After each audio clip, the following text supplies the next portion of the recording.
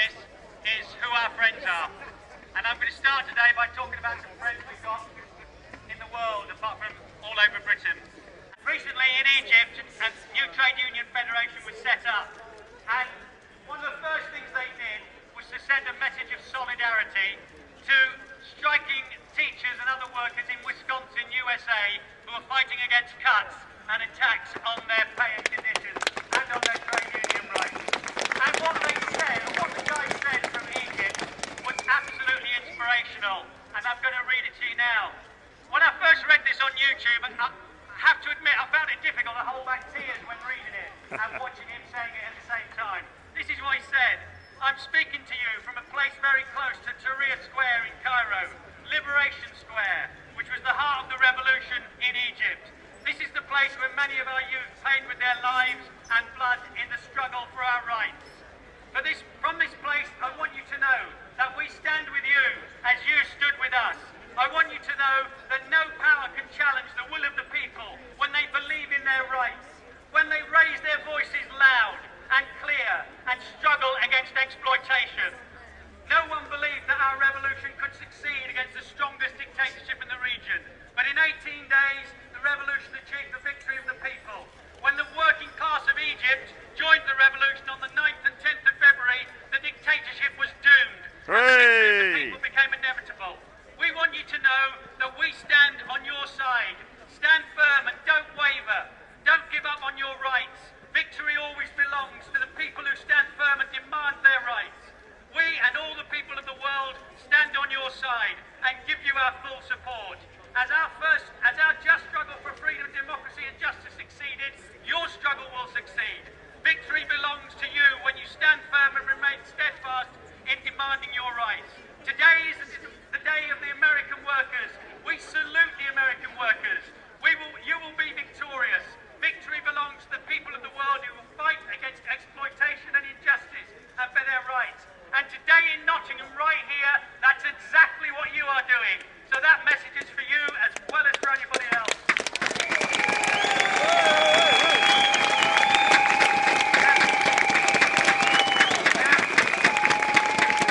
You might have noticed on the telly that our friend David Cameron's been hobnobbing it around the Middle East. He's been making speeches about democracy, freedom and justice. He's got to be having a laugh, hasn't he? Where is the democracy in the actions of this government? What kind of justice demands pay freezes, an attack on pensions, increased tuition fees, the scrapping of the education maintenance lines, and taking an axe to public services like those in Nottinghamshire? Where was the vote for parents or staff or students at schools which have been academised by this government, privatised in other words?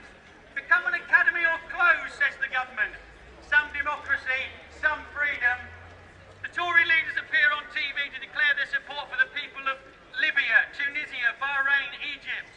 Is this the same Tory party that's been propping up dictators like Mubarak and Gaddafi for years? Is this the same Tory party that was considering using water cannon against protesters here that's campaigning against tuition fees? Is this the same Tory party? Is this the same Tory party that was about to sell weapons of mass destruction to the regimes in Bahrain and Egypt? Yes. Is this the same Tory party that's still selling weapons of mass destruction there? Yes. Loading rubber bullets and CS gas to be used against demonstrators? Yes. Yeah, that's the Tory party, all right. Standing here outside Tory-controlled county council, it's very difficult to get away from the stench of hypocrisy.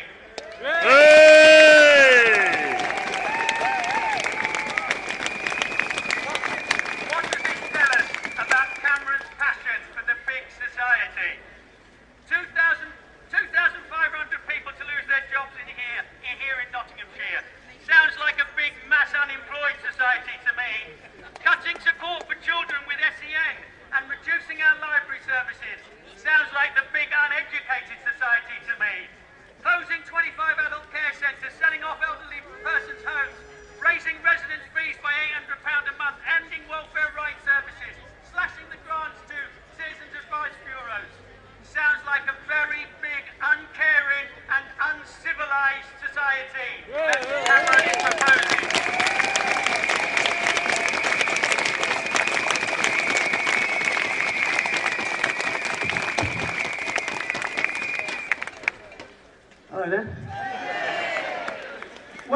Airways and BMI stopped flights in and out of Libya, Haig didn't condemn them. What he said was, this morning on the radio, he recognised their business considerations. Now, what does that mean? They privatise your services, they're doing it for business considerations. The truth is, the only business consideration that matters to the Tories is making money, not the welfare of our people.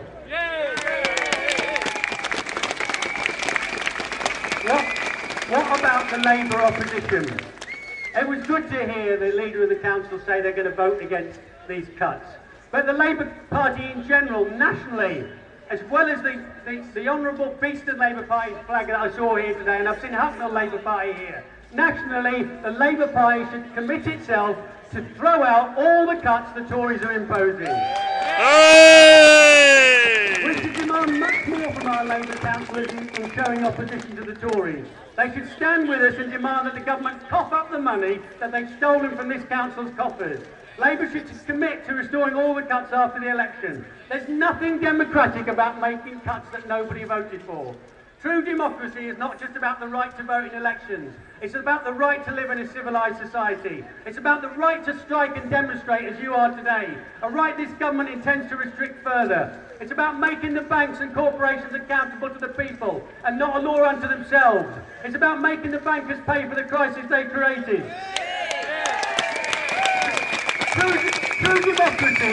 True democracy would not idolise the rich, it would socialise their riches.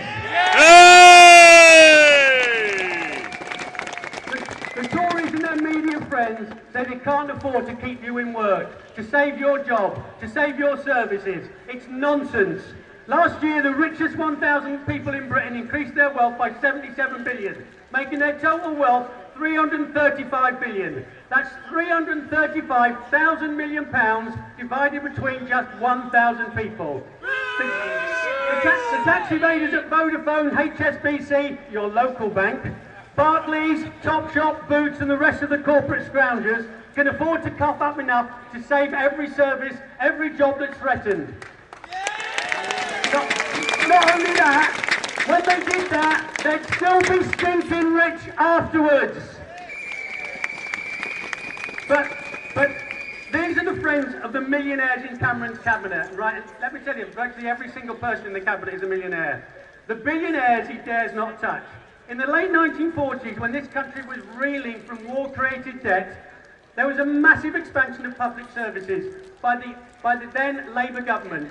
They built thousands of new schools, hundreds of thousands of new houses, set up the NHS, established the welfare state. And that's in a situation of serious debt. If it can be done then certainly we can save our services and expand our services now. Today here in this county and across the country, we are facing the fight of our lives.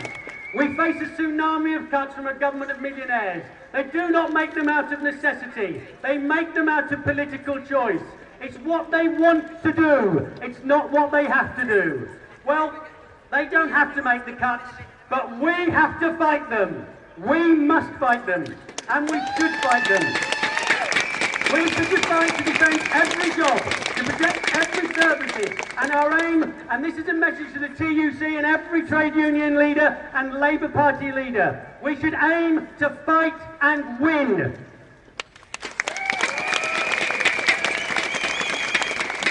If it's possible to see the downfall of 3 brutal dictators in just a few short weeks, with more to come by the looks of it, it's possible to defeat Cameron and his Lib Dem cronies. And make no mistake, the government is preparing for a fight. They are planning to use scab labour to break industrial action in the public sector. They've looked at prisons, schools, hospitals, the railways to work out the most militant union staff, to work out where the most militant union staff are based. Well, let's not disappoint them. I can identify some of them for them. They're here today. Let's make them know that the most militant staff are here outside County Hall today, and let's spread this militancy across the country. It's time to get organised, to agitate, to build for a mass occupation of London on March the 26th. Learn to talk like an Egyptian. Learn to walk like an Egyptian. Learn to campaign like an Egyptian, but most of all, learn to fight like an Egyptian. Hey!